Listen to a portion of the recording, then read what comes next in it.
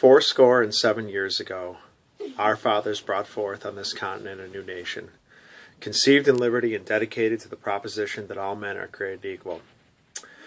Now we're engaged in a great civil war, testing whether that nation, or any nation so conceived and so dedicated, can long endure.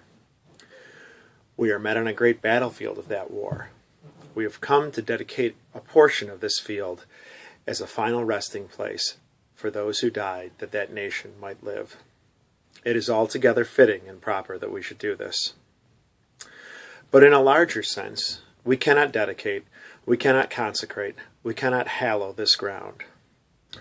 Those brave men who struggled here, those brave men, living and dead, who struggled here, have consecrated it far above our poor power to add or detract. The world will little note nor long remember what we say here, but it can never forget what they did here.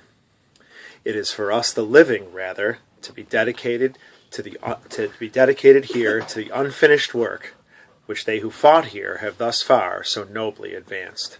It is rather for us to be dedicated to the great task remaining before us, that from these honored dead we take increased devotion to that cause for which they gave the last full measure of devotion.